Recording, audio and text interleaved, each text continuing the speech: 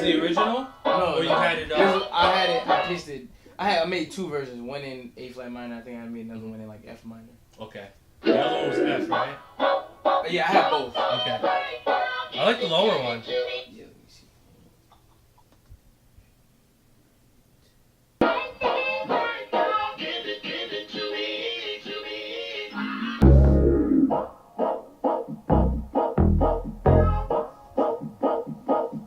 Oh, you took it there.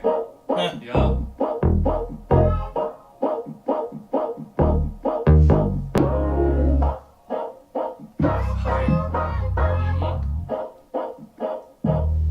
But I can mute the basses and just give you the chop or whatever. And I made this thing.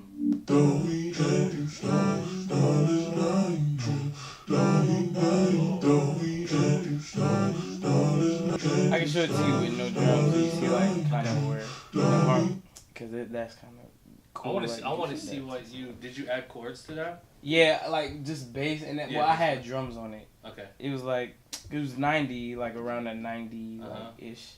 But like I know like I think how like it goes into it is cool. Hey.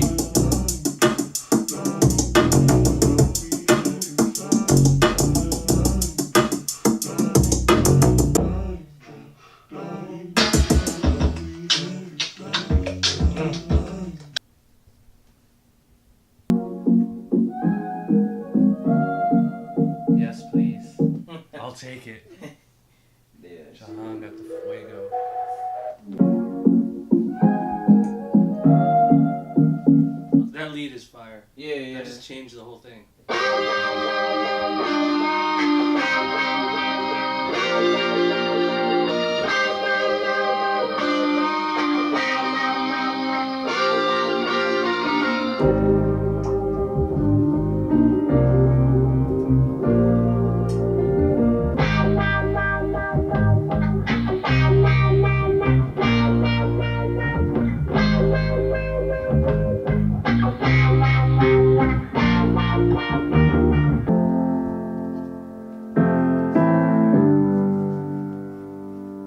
Oh, I see.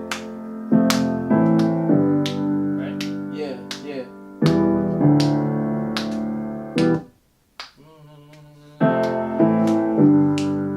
Right? Yeah. Okay, I see. Yeah. Like we need that record Alright, man. ASAP. Cool. Yeah. Man, it was nice. Alright, Man, bro. hey, Let's thank go. you. Come on, Thank you, man. For sure. Yeah. 100%. Of course. I needed because I like the way your music is mixed. Okay. And do you mix it yourself? Yeah, pretty much most of it. I mean, if it's a like a song for a particular artist, sometimes they'll have their own engineer, but for the most part, I'm mixing all my own stuff. And Benjamin, Okay. he had, maybe I could send you he has a mixtape out called Human, Hueman. Okay. Yeah, that's online. You can find that shit. We put on live mixtapes. It's on YouTube. You can look it up on YouTube. Okay. Was he with Team Backpack like back in 2015? Yeah.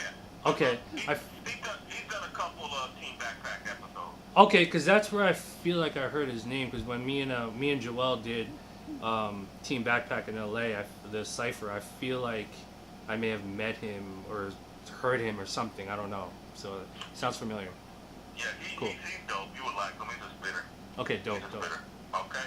Dope. Man, I appreciate you, brother. Thank you very much. If there's anything you ever need on my end, man, don't hesitate. Sway, anything you need, man. I'll text you the email now, and then we'll rock out. All right, appreciate you, brother. Thank you, dude. All right. Peace. Thank you. Peace. Sway. Sway got the answers. I ain't got the answers, Sway. Hey. What's up, buddy? It's goody. Hi. How's it going? How's it going? Andrew. Nice to meet you. How's it going? What's up, buddy? It's good, my dude. Okay, how you first? After you.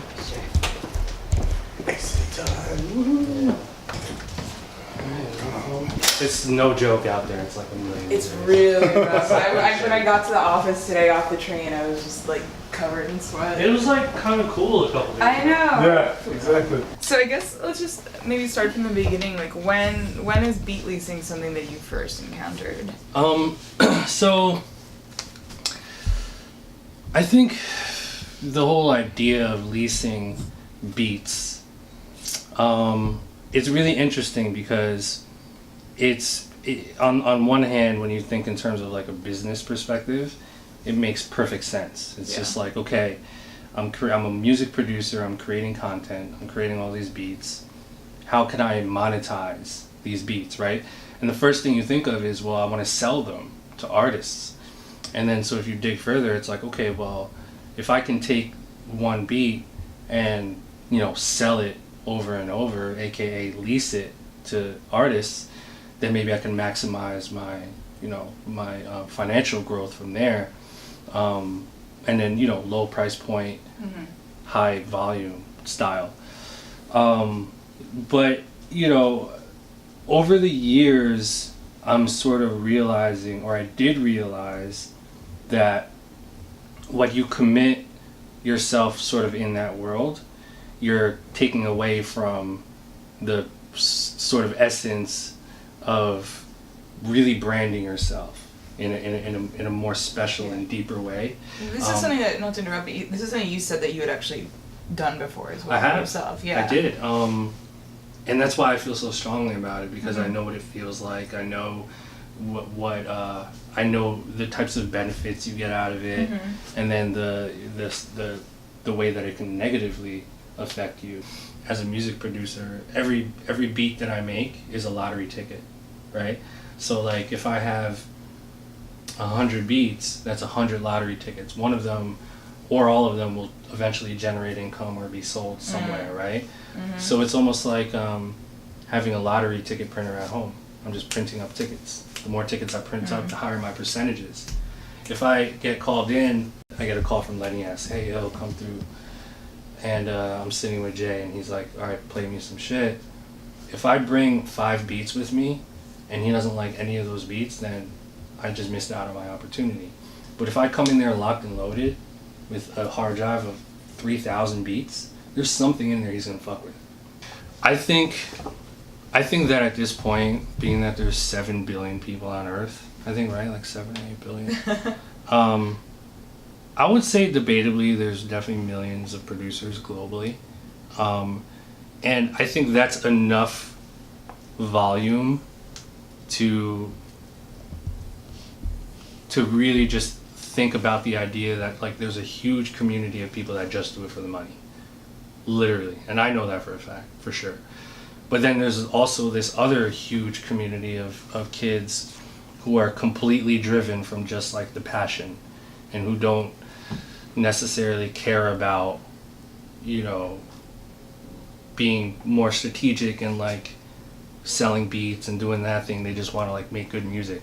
Right. But then there's this huge, you know, large group of people that are in between that kind of like do both or like want to do both. So it's hard to say. The reason why I say it's the Wild Wild West is because like there's no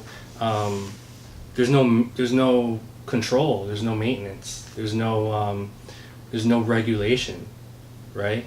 You could just be a random kid in your mom's basement and just like throw a bunch of beats on the internet and just start leasing shit, and you're making a little bit of money. You can do that, but like there's no contracts involved. There's no like, these kids don't know, don't have the information on like the legalities of that. So, you know, I think that economy just it does need a little bit of regulation. I think. It's crazy because like with producing any other industry, you get a receipt. You buy a Frankfurter, you will get a receipt. You buy a bottle of water, you get a receipt. Yep. In producing, you can buy a beat, and there's like no history, no transaction, no contract, no nothing. That's why crazy. we were saying, Yeah. so you lease a beat out and there's no contract and you have $50 in your PayPal. First of all, you're not like declaring that on your taxes, number one.